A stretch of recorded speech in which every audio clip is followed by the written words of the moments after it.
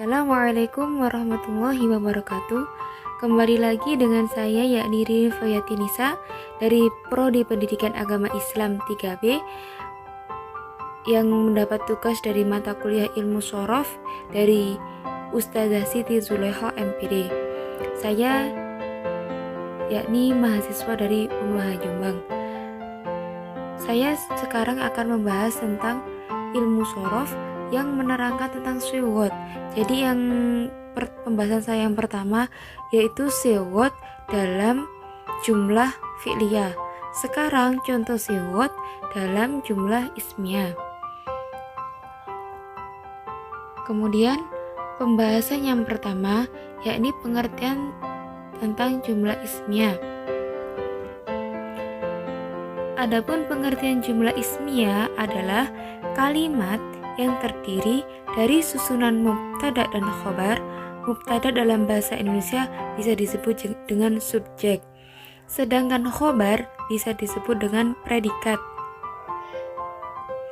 Berikut definisi jumlah ismiyah dalam kitab Nahwu Wadi' yang berbunyi kullu jumlatin tatarokkabu mim mubtada'a wa khobarin, yang artinya kalimat yang tersusun dari mubtada dan khobar.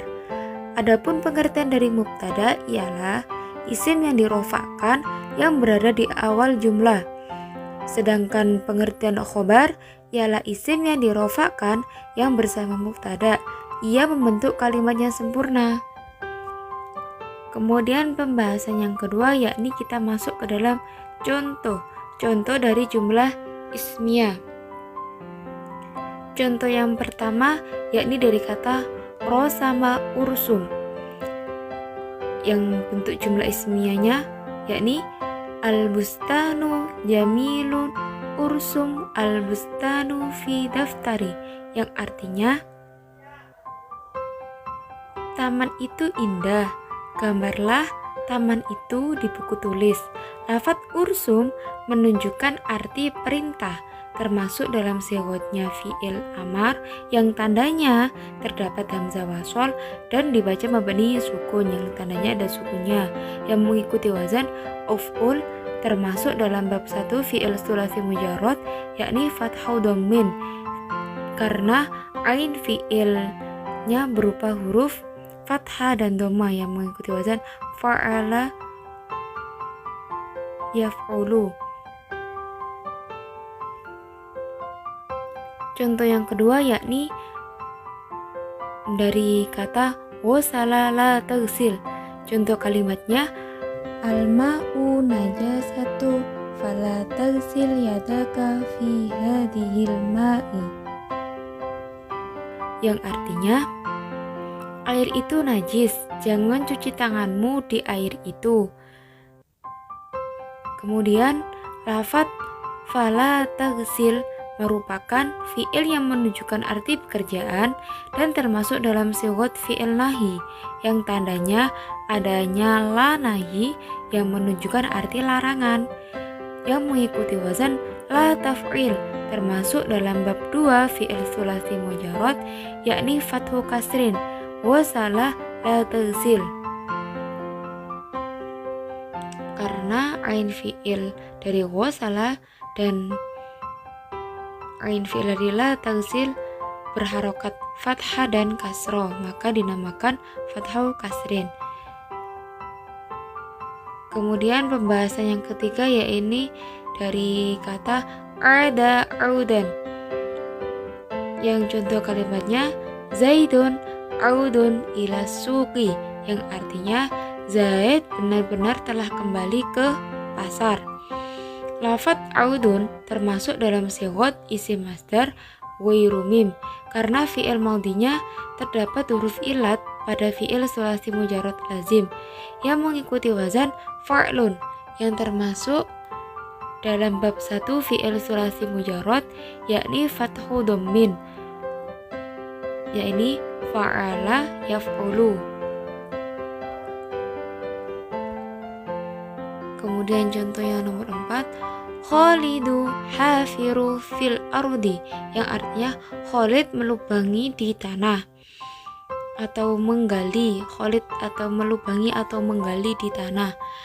Lafaz hafiru termasuk dalam sigot isim fa'il karena menunjukkan subjek atau pelaku kegiatan.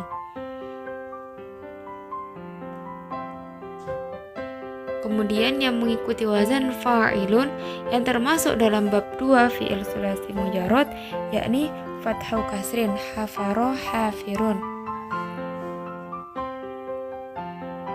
Kemudian contoh berikutnya yakni dari kata rodama marudumun, yang contoh kalimatnya tolibu yarudumul baba maruduman, yang artinya tolib benar-benar telah menutup pintu.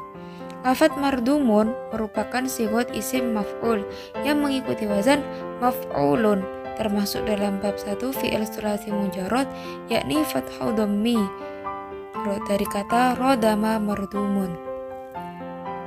Contoh berikutnya yakni dari kata hadama mahdimun.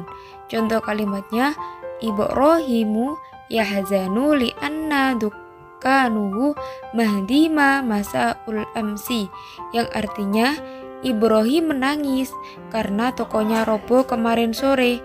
Lafaz mahdimun termasuk dalam sigot isim zaman karena isim zaman sendiri adalah isim yang menunjukkan waktu terjadinya suatu kejadian atau peristiwa yang mengikuti wazan maf'ilun yang termasuk dalam bab 2 fi'il sulasi mujarrad, yakni fathu kasrin dari kata hadama mahdimun. Kemudian contoh berikutnya dari kata hadama sama dari kata hadama dan mahdimun. Yang pertama kan tadi kemudian contoh kalimatnya dari kata Umaru yaskutu jidaro fil mahdimil baiti, yang artinya Umar tertimpa tembok di rumah yang roboh. Lafaz al-mahdi termasuk dalam sigot isim makan karena menunjukkan arti tempat suatu kejadian atau peristiwa. Tadi kan dalam isim zaman peristiwa, tapi sekarang isim makan. Isim makan yang menunjukkan tempat, tadi yang menunjukkan waktu, tapi yang sekarang itu menunjukkan tempat terjadinya peristiwa. Yang mengikuti wazan maf'ilun termasuk dalam bab 2 fi'il sulasi mujarrad, yakni fathu kasrin dari kata hadama mahdimun. Contoh berikutnya dari kata qada bimiq'adu. Contoh kalimatnya hada jisru rabtatu bimiq'wadi, yang artinya jembatan itu diikat dengan tali. Lafaz bimiq'wadi termasuk sigot dari isim alat yang artinya menunjukkan alat untuk menali. Nah, itu termasuk menunjukkan alat yang digunakan manusia dalam melakukan suatu kegiatan atau pekerjaan yang mengikuti wazan mif'alun, termasuk dalam bab 2 fi'il sulasi mujarrad, yakni fathu kasrin dari kata qada bimiq'wadun. Kemudian dari contoh berikutnya yakni dari lafaz zalaja mizlaju. Contoh kalimatnya yakni azalaja jadidu fi tasbiti bimizlaji, artinya palang itu baru dipasang dengan alat palang. Lafaz bimizlaji termasuk ke dalam sigot isim alat. Isim alat itu alat untuk memasang palang tadi, menunjukkan alat yang digunakan manusia dalam melakukan suatu kegiatan atau pekerjaan yang mengikuti wazan mif'alatun yang termasuk dalam bab 2 fi'il sulasi mujarrad, yakni fathu kasrin. Yang nomor 3 yakni penutup. Sekian presentasi dari saya. Saya mohon maaf apabila ada kata saya dan tulisan saya yang salah. Saya mohon kritik dan sarannya karena saya juga masih banyak belajar. Terima kasih atas apresiasinya. Saya Ririn Fayatinisa pamit undur diri. Wassalamualaikum warahmatullahi wabarakatuh.